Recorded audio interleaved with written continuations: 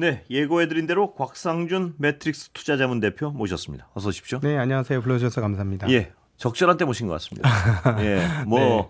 오늘 온통 화제들이 이 주식에 대한 얘기들 많이 말씀들 나누고 있습니다. 이미. 아, 그렇습니까? 예. 네, 진짜 포모는 네. 강남 갔던 제비가 돌아오고 나서부터 포모가 시작됩니다. 아직도 안 돌아왔습니까, 그 제비? 네, 아직 안 돌아왔습니다. 아직 개인들은 ETF는 미국으로 사고 있습니다. 아, 아직도요? 네, 미국 아주 훌륭하거든요, 시장에. 예. 예, 그리고 아. 지난 한 38개월 정도 계속 예. 꾸준히 좋았고 예. 최근에는 8개월 연속 좋았고 예. 이렇게 좋은 시장이 없으니까 굳이 올 필요가 없고 또 대안도 많고 하니까 예. 쉽게 안 옵니다. 그러나 제가 보기에는 예. 여기서 지난번에도 한번 예언 예. 비슷한 걸 드렸듯이 한 5,000포인트가 넘어가면 예. 그때는 포모를 느끼기 시작할 겁니다. 제비도 네. 돌아오고요. 예, 제비도 포모를 느끼면서 제비가 돌아올 겁니다. 예, 저번에는 그런데 말입니다.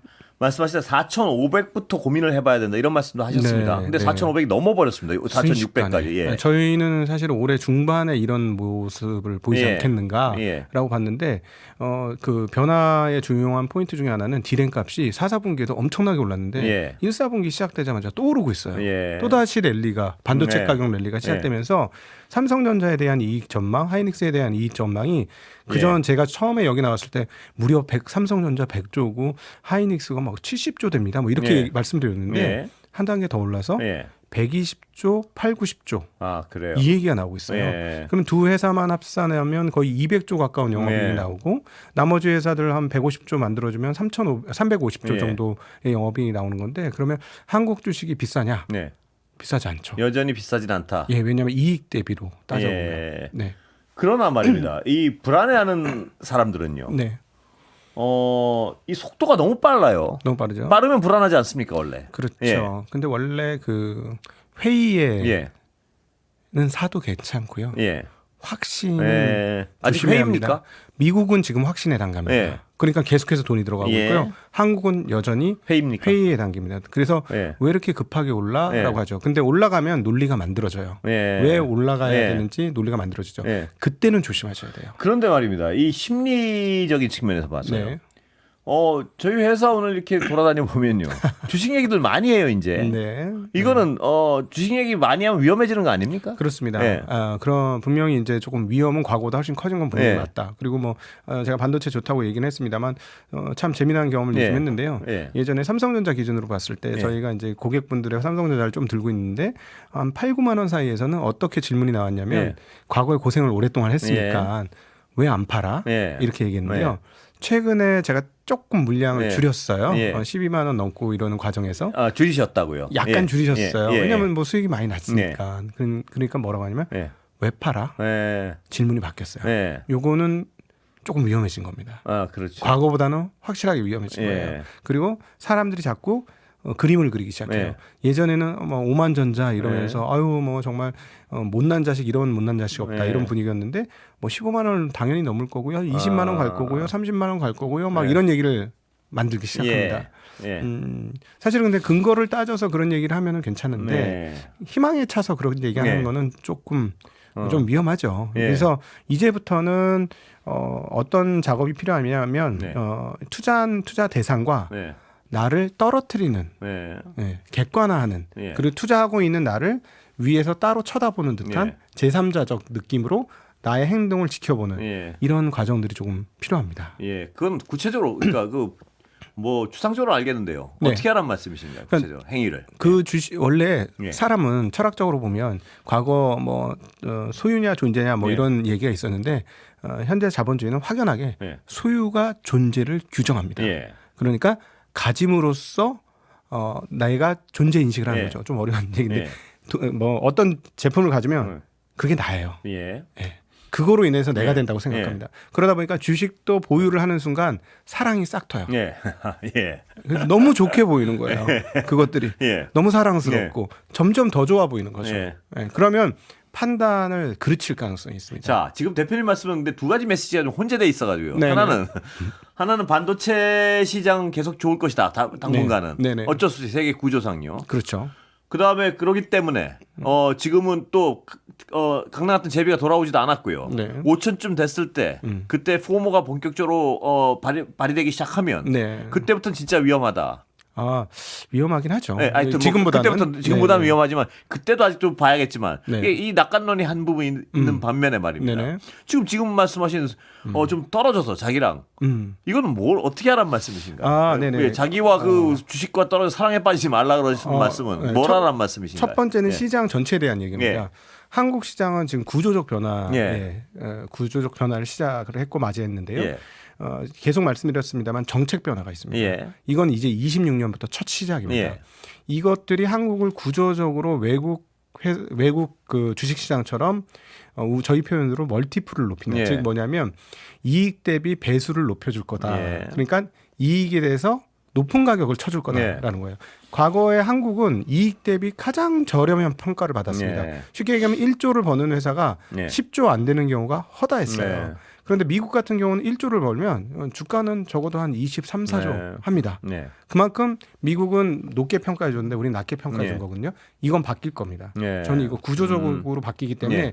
이런 측면에서 한국을 긍정하는 건 네. 지수가 많이 올랐음에도 괜찮다. 예. 그런데 문제는 개별적으로 내가 투자하게 되면 그 투자한 것을 내가 사랑하게 되고 네. 그러면 과도하게 집착하게 되고 네. 과도하게 긍정하게 된다. 네. 이게 사람의 심리이기 때문에 네. 이 심리는 조심하시라는 근데 거예요. 아직까지 사랑해도 된다 그러시지 않았습니까? 네, 아직은 괜찮습니다. 사랑하되 좀 네. 거리를 둬라.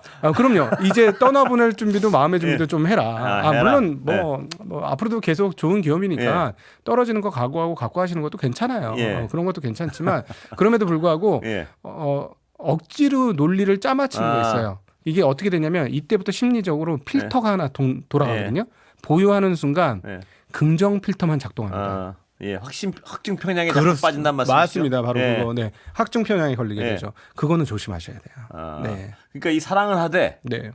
헤어질 준비는 늘 한쪽에 하라 이 말씀이시죠? 계산은 계속 하셔야죠. 예, 계산은. 네. 예, 그러니까 네 재산 내 재산 이런 걸 좀 생각하고 뭐 이러란 말씀이시죠? 네, 예. 그렇습니다. 네. 그런데 말입니다. 네. 코스닥은 왜 그렇습니까? 코스닥은 지금 왜 코스피에서 이렇게 좀 뜨뜻미지근합니까? 코스닥은 말도 안 되게 비쌉니다. 비싸다고요? 시장, 미국 시장보다 훨씬 비쌉니다. 그래요? 예, 그래서 그렇습니다. 그래서 지금 코스닥을 살리기 위해서 여러 가지 조치들이 있는데 그건 제가 벌써 여기 와서 한 서너 번 말씀드렸는데 시장의 질을 정화해야 합니다. 시장의 질이 너무 나쁩니다. 지금 그러니까 이익 대비로 따지면 미국 주식 저리 가라예요. 이렇게 비싼 시장이 없습니다. 그래요? 이익은 되게 조금 벌립니다. 네. 환율, 네. 금리 이런 부분은 어떻습니까? 네, 그 환율은 계속 말씀드렸지만 이번에도 역시나 한번 세게 잡고 나서 1번 엔화 연동입니다. 또다시 한 10원 정도 낮아졌어요. 작년 한 해 내내 그 후반기에는 930원 플러스 마이너스 한 10원? 930원, 40원 사이에서 그렇게 움직였는데 그게 한 920원대로 떨어지긴 했습니다만 엔화가 어떻게 되는지 방향성을 보는 것 같습니다. 아무래도 가장 경쟁이 심한 자동차라든가 이런 것들을 보면 우리가 엔화는 약세인데 우리만 강세로 가기에는 수출 기업들의 부담이 상당히 큽니다. 그래서 그렇게는 쉽게 하지 못할 것 같고요. 그다음에 이제 수급적으로는 앞서 말씀드렸던 대로 여전히 개인들은 한국보다는 미국을 더 선호하고 있습니다. 아마 그래서 사람들의 심리라는 건 결국 높은 수익을 보면 마음이 바뀌거든요. 그래서 한국 주식시장에 높은 수익을 기록을 하면 그때서야 이제 이쪽 수급 쪽에서야 환율 원화 강세 요인은 발생을 하지 않을까 이런 생각을 하고 있습니다. 이 배당, 그러니까 이 정책 변화의 어떤 과실을 가장 많이 받아먹을 수 있는 배당주 말씀을 좀 하신 것 같은데 제 기억에는 여전합니까 그 견해도? 그럼요. 이 배당주를 말씀드리는 이유는 개인들이 덜 다칠 수 있는 제일 좋은 방법 중에 하나이기 때문입니다. 어떻게 계산을 하냐면 우리가 주가 지수 전체 거시를 자꾸 보거든요. 근데 사실은 거시가 밥을 먹여주는 건 아니에요. 이 투자 시장에서 일부 중요한 부분들이 있긴 합니다만 더 중요한 포인트는 뭐냐면 내가 직접 투자하는 기초 자산의 수익률이 어떠냐. 이게 중요해요. 그러니까 내가 투자한 것에서 내가 얼마를 돌려받을 수 있느냐. 그것이 직관적으로 딱 보이는 게 배당률이에요.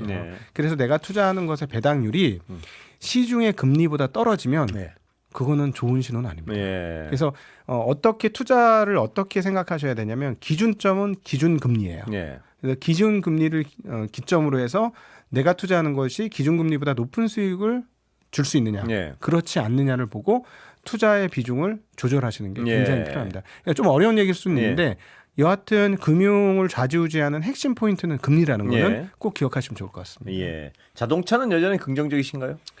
한국 자동차는 오늘 로봇으로 인해서 많이 올랐습니다만은 그 배당이 한국 대표 그 자동차 기업의 배당률이 여전히 시가 기준으로 5%가 넘습니다. 많이 올랐음에도 불구하고 그걸 생각하시면은 뭐 돈 떼어 먹을 회사도 아닌데 배당을 5% 준다. 미래가 밝다는 걸로 해서 미래가 밝다는 건 또 다른 문제고요. 그 주주들 입장에서는 어떤 하방이 받쳐준다. 만약에 주가가 떨어져도 그렇죠. 주가가 떨어져도 견딜 수 있는 충분한 나한테 돌아오는 몫이 있다. 근데 이게 왜 중요하냐면요. 제가 이제 설명회 같은 데 할 때 계속 말씀드리지만 배당이 되게 쉬운 것 같지만 장사해 보시는 분들은 충분히 아실 거예요. 무엇인가 꾸준히 돈을 걷다가 넘겨 놓는다는 건 쉬운 일이 아닙니다. 장사가 꾸준히 돼야 된다는 거거든요. 배당을 꾸준히 주는 회사들은 장사가 아주 잘 됐다는 거죠. 그럼 과거 한 2년, 3년 동안의 흐름을 보면 한국에서 어떤 업종과 어떤 기업들이 배당을 가장 많이 줬을까요? 금융은행입니다. 은행들이 압도적으로 높은 배당을 줬거든요. 왜 그랬을까요? 지난 10년간? 그쪽 업이 좋았기 때문입니다. 은행은 무슨 업인가요? 부동산 대출업입니다. 부동산 시장이 좋았잖아요. 그러니까 은행업이 좋았던 거예요. 그러니까 배당을 꾸준히 줄 수 있다는 건 그 업이 상당히 잘 돌아가고 있다는 얘기입니다. 그래서 오히려 그 하이킥 보시는 분들한테 좀 간곡하게 말씀드리는 건 이 주식 시장에서 좀 느긋한 마음 가지시고요. 급하게 빨리 벼락부자 되고 빨리 뭐 파이어족 되고 싶어 뭐 이렇게 해서는 낭패를 당하는 게 거의 태반입니다. 그래서 그냥 느긋하게 한 10년 생각하시면서 내 노후가 이걸로 좀 좋아졌으면 좋겠어. 이렇게 좋은 기업이 나의 노후를 좀 받쳐줬으면 좋겠어. 뭐 이런 생각으로 한번 투자를 해보시면 어떨까 하는 말씀. 그런데 말입니다. 자동차의 경우는요. 자동차를 강조하시니까 지금 그 테슬라 자율주행 때문에 굉장히 주목하고 있습니다. 저기를 따라갈 수 있겠는가? 전 세계 다른 자율주행 업체들. 그리고 만약 테슬라가 독점적 지위를 확보하게 되면요. 다른 자동차 업체들은 좀 고사하는 거 아닌가? 혹은 뭐 이런 걱정들이 있습니다. 이 부분은 어떻게 보십니까? 그래서 이렇게 생각하시면 돼요. 전 세계 자동차가 테슬라 한 대만 있을 것이냐? 한 종류만 있을 것이냐? 절대 그렇지 않겠죠. 그리고 각국의 정부들이 아주 중요한 산업이기 때문에 테슬라한테 모든 걸 줄 수는 없습니다. 그러면 다른 합종연행이 있어지겠죠. 최근에 합종연행은 소프트웨어 쪽에서는 일단 FSD에서는 세 군데 진영으로 갈라집니다. 첫 번째는 테슬라가 있고요. 두 번째는 중국 업체들의 자율주행이 있습니다. 또 하나의 그 연합체는 엔비디아를 중심으로 그 연합체가 형성되고 있습니다. 근데 한국 현대차는 지금 엔비디아한테 GPU를 5만 장 받기로 하지 않았습니까? 그래서 그 엔비디아와 관련된 어제 이제 젠슨 왕이 CES라고 매년 연초에 그 미국에서 대규모 그 가전 쇼 같은 게 있어요. 거기에 이제 나와서 그 자율주행 플랫폼 설명을 했습니다. 그러고 나서 끝나고 나서 정의선 회장하고 30분 정도 회담을 따로 했습니다. 이것은 엔비디아가 그 삼성 현대차 그룹을 매우 중요한 자율주행 파트너로 생각하고 있다는 거죠. 왜 그렇습니까? 자율주행을 제대로 실현하려면 기계적인 이해도가 커야 되고 생산 시스템을 충분히 잘 가지고 있어야 됩니다. 그리고 그 소프트웨어에 대한 이해도도 있어야 되죠. 소프트웨어에 대한 이해도는 조금 떨어질 수는 있습니다만 생산 능력에 있어서 한국의 현대차가 전 세계 자동차 업체 중에서는 거의 탑 클래스입니다. 아, 그래요? 네, 그렇습니다. 다른 독일 같은 경우는 많지 않습니까? 네, 독일이 지금 참 재미난 게 과거 잘 나가던 집이 그 잘 나가던 위세 때문에 점점 꼬꾸라지고 있는 거죠. 왜 그렇죠? 자기네가 이미 브랜드 가치가 있으니까 기존에 가지고 있던 것을 쉽게 내려놓지 못하고 바꾸지 전환이 안 되는 거죠. 사실은 내연에서 전기차 전환을 말씀하시는 건가요? 그렇습니다. 네. 그러니까 그런 쪽으로 넘어가서 쉽게 자율주행을 받아들이고 이렇게 해야 되는데 그러려면 사실상 정말로 헤게모니가 인력 구조의 헤게모니가 기계공학 중심에서 전기공학, 전자공학으로 바뀌어야 되거든요. 매우 어려운 얘기입니다. 근데 그런 측면에서 보면 현대도 마찬가지 아닌가요? 어느 정도는? 그 알력이 굉장히 크죠. 저 어떤 측면에서 보면 이거 어떻게 생각하실지 모르겠는데 수소차도 지금은 별로 소리가 없습니다만 한때 수소차 얘기 많이 했는데 수소차는 기계공학도들한테 굉장히 좋은 솔루션이에요. 기계공학 시스템을 그대로 이전할 수 있는 시스템이거든요. 그런데 그 사실은 열기구를 만들어 가지고 동력을 얻는 시스템보다 전기로 동력을 얻는 시스템이 훨씬 쾌적하고 편리하고 깨끗합니다. 그래서 무조건 제가 보기에는 에너지 근원상 동력은 전기 동력으로 갈 수밖에 없어요. 그런데 현대차도 그 수소차냐 전기차냐하고 파벌이 그 나눠졌던 부분이 있는데 이제는 이제 전기차 쪽으로 집중되는 양상입니다. 지금은 현금 흐름을 창출시키면서 전기차 시장을 확대하려고 하는 거고요. 외국의 엔비디아 입장에서는 가장 좋은 파트너 중에 하나가 현대차 그룹이 되지 않을까 하는 기대는 하고 있습니다. 그 자율주행 말고요. 네. 전기차 시장의 경쟁력으로 보면 몇 위쯤 됩니까? 우리 지금 미국에서 테슬라 다음으로 현대 기아차가 가장 높은 순위 중에 하나예요. 네. 그러니까 기술력도 그렇고요. 못하고 있는 건 아니에요. 분명히 잘하고 있는 거죠. 그러니까 중국과 겨뤄도 하여튼 2, 3위는 할 수 있다 이 얘기군요. 아니 기본적으로 내연기관하고요 기술력 격차가 커요. 중국이 왜 이렇게 많이 빨리 쫓아왔느냐. 1년에 8,500만 대의 자동차가 만들어지고 그중에 3,300만 대가 중국에서 만들어지고 그중에 올해부터는 1,500만 대가 넘는 전기차가 만들어집니다. 이것은 기술 진입 장벽이 낮기 때문에 그래요. 동력 장치라는 거, 내연기관 동력 장치라는 건 엄청난 어려운 기계 장치거든요. 근데 이걸 전기로 싹 바꾸니까 모터 달면 되거든요. 모터는 100년이 넘는 기술이고 그러니까 이건 쉬운 기술입니다. 이걸 갖다 잘 붙이고 조합만 잘하면 되고 오히려 이때부터는 소프트웨어가 훨씬 더 중요해지는 거죠. 그래서 사실은 현대차는 어떤 마음을 갖고 접근하느냐인데 뭐 저는 뭐 한 기대에 한 표를 줘도 되지 않을까 하는 생각은 하고 있습니다. 뭐 종목은 그렇고요. 이제 시간이 거의 다 됐는데 청취자분들한테 이 분야는 주목해라 하는 분야가 또 있으십니까 혹시? 로봇은 조심하지만 커질 시장이다. 우리 로봇도 말씀입니까? 네, 마찬가지입니다. 근데 조심하십시오. 여기가 너무 테마성이 커가지고 실적이 없는데 주가는 많이 뛰었는데 로봇은 지금 AI가 도달해야 될 마지막 종착지 중에 하나다. 이렇게 볼 수 있겠습니다. 우리 기술력은 어떻습니까 보시기에 시장에서 보시기에? 아직 한참 모자르죠. 그럼 로봇의 경우에는 미국 선진국 시장을 좀 노려야 되는 거 아닌가? 미국 시장을? 우리는 그 생산 이런 것들을 잘하면 되는데 오늘 현대차 그룹이 굉장히 주가가 좋았던 건 보스턴 다이나믹스의 대주주가 현대차 그룹이에요. 그래서 그런 쪽으로 접목을 해서 지금 실력을 키워가려고 노력은 하고 있습니다.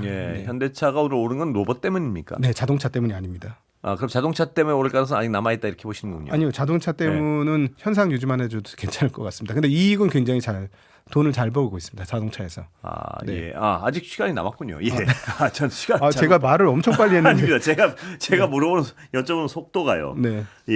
자, 그럼 이제 개인 투자자들은요. 미장은 위험한다는 판단이십니까? 아니요, 미장도 올해 그 미국 중간 선거 때까지는 괜찮을 것 같습니다. 그리고 그럼 아직 거기도 충분하지 않습니까? 그래서 쉽게 돌아오진 않을 거예요. 그래서 한국이 훨씬 더 폭발적으로 올라야만 미국에 갔던 제비들이 돌아오지 않을까라는 생각은 하고 있고요. 어떻게 보시면 되면 이제 금리 정책이 중요합니다. 유동성의 총량이 핵심이에요. 이 자본시장. 지금 사실은 주식시장이 좋다. 이거 사실은 다르게 뒤집어서 생각해보면 돈 가치가 떨어졌다. 이게 맞습니다. 왜냐하면 지금 원자재 가격들이 정말 난리 났습니다. 그렇죠. 금, 은, 구리, 니켈까지도 가격이 다 장난 아니거든요. 그러니까 이건 돈 가치가 떨어진 것에 대한 반영이고 또 하나 과거하고 많이 달라진 게 옛날에는 뭐 원자재에 투자한다? 너무너무 먼 얘기였거든요. 근데 요즘 시스템이 다 버튼 하나로 되니까 그렇습니다. 모든 게 열려 있어요. 그런데 좀 조심하셔야 될 게 다음 시간에 한번 말씀드리도록 하겠습니다. 여기까지 듣겠습니다. 감사합니다. 매트릭스 파트너스 곽상준 대표 모셨습니다.